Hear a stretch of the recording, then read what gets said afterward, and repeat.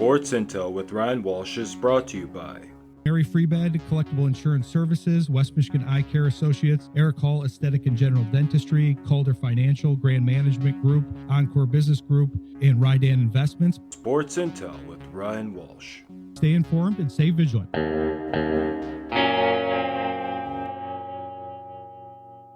Coming back here with Ryan Mathews of Pride of Detroit.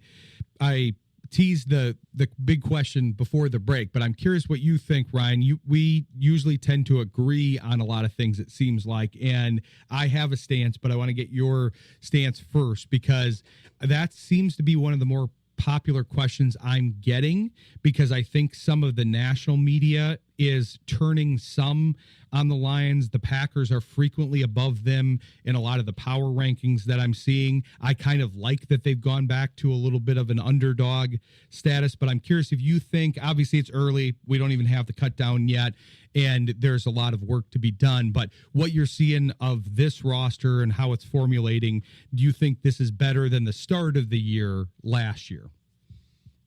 Yeah, I think it's better than the start of the year last year, especially once we get into the season, though. Like, I'm really looking forward to some guys coming back from injury, right? Like, Aleem McNeil is going to be a real difference maker when he comes back.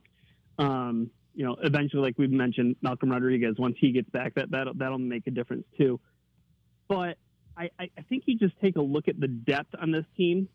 Go ahead, start at the defensive line. When you have those three guys healthy, when you have Aleem McNeil, DJ Reader, who didn't spend all offseason rehabbing, instead he spent it training and getting himself back into the proper shape that you want to be in heading into the season, and then you add Tyleik Williams. I mean, that's an awesome rotation in the middle. Even throw in a guy like Roy Lopez that you signed to take some snaps and take some pressure off those other guys while Aleem McNeil gets healthy. I think the other thing, too, is that in the secondary, we got some bad news today about Ennis Rakestraw and how he's going to miss a little bit of time. But Terrion Arnold looks like he's taken that jump. As he's working his way, they're being really cautious with him as far as the injury that he sustained and getting him back up and running. But they signed a guy like DJ Reed, who I'm very excited to see playing opposite of Terrion Arnold. You have a guy like Amik Robertson, who's going to come into the season healthy and ready to go. Best safety duo in the league, Brian Branch, Kirby Joseph. Like, the defense, just, bringing Aiden Hutchinson back and having him from the start. I think the defense is going to be ready to go. My biggest question, not concern, but my biggest question is how quickly can the offense get running and get up to speed, get all that new installation with John Morton, and be ready to go when the season comes. If the offense can score points, I think that this Lions team is going to be very good and the best team in the NFC North.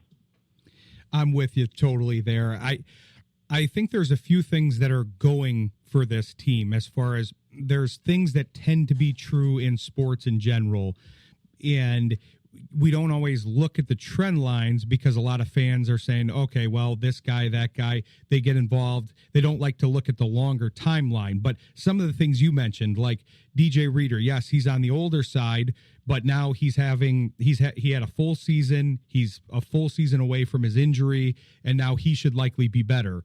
The median age of this team is pretty low, so you've got the collective improvement of a lot of the guys you mentioned, the Terrion Arnolds, you got Jameson Williams that could take another step up. You talked about Jack Campbell earlier. There's a lot of guys that could take that next step because a lot of these guys are younger. So some of those through lines are good. And even though it's tough, especially with what this team went through last year, to hear all this injury news, especially the season ending ones like Levi and maybe a couple others coming down the pike.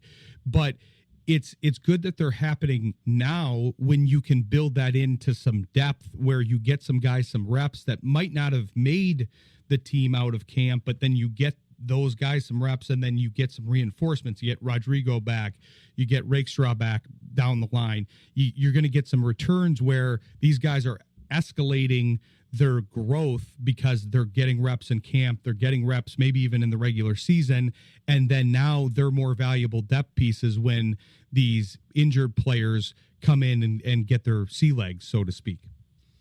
Yeah, I mean, you see it going on in camp too. Rocky Sin, veteran cornerback, looked really good in that opener, that Hall of Fame game against the Chargers. One of the few bright spots. Well, you hear from Dan Campbell, hey, he's going to take some reps at safety.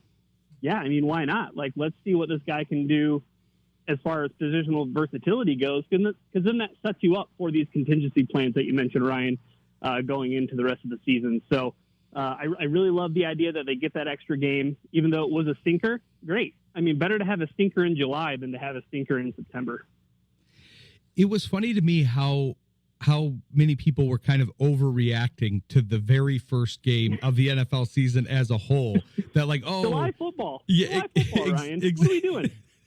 Exactly. It was just funny to me. I thought we would be weathered with this, but how quickly the people go back to the same old Lions talk, even though this is not the same old Lions, and it's the preseason game where they were usually playing against the kind of the Chargers were playing some more starters and some higher line players, whereas the strings on the Lions side, not that you don't need to build in excuses. Like you said, it's July. That's the only excuse you need.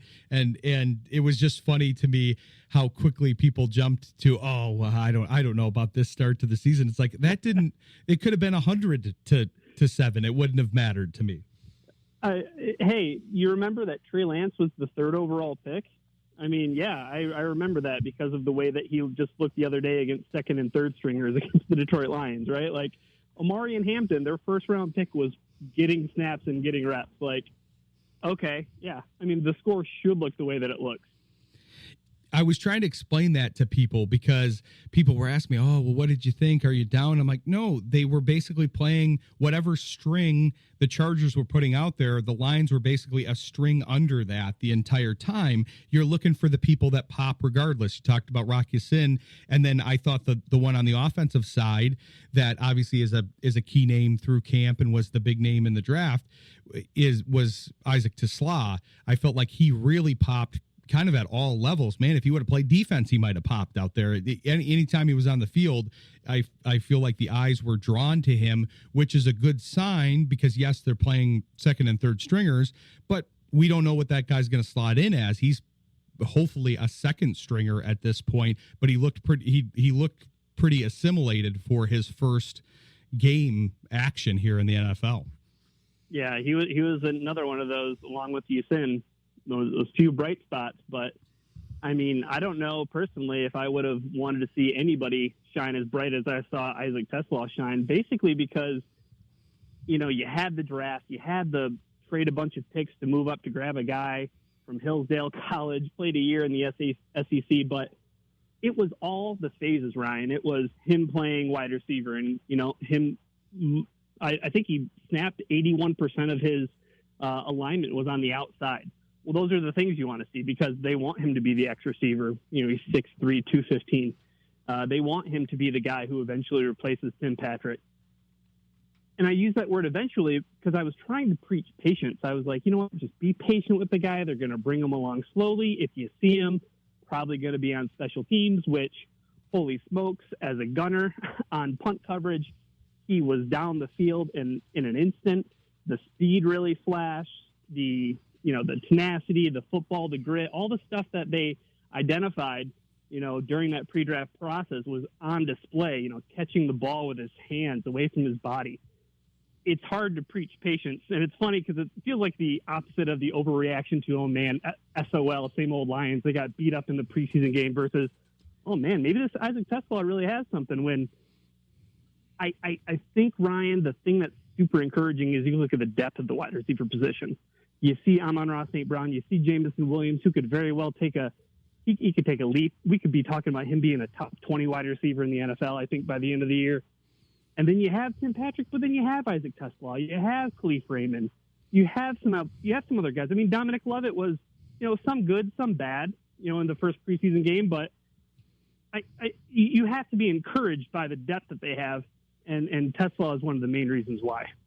I agree. I always like looking at football doesn't always end up being like this because of the numbers, but kind of the first and second teams and the two deep of if this guy goes out, what'll happen. And the receiver room that's coming together here is a great example of that looking pretty good. Yeah, it's going to be tough if they lose a JMO or obviously St. Brown, but TeSlaa's looks like he's going to slot in nicely. And I know I'm not exaggerating what's happening with Patrick at camp. He's having a slow camp so far from what a lot of the Pride of Detroit and other writers are saying, but I'm not too worried about him. I think he can return to form. He was primarily a blocker. I think his hands are going to come back, but he is injury prone. He's not there for the long term. So it's nice to see Isaac not necessarily needing a 2 to 3 year arc where he might be able to come in sooner, because I'm with you. Patience is always the right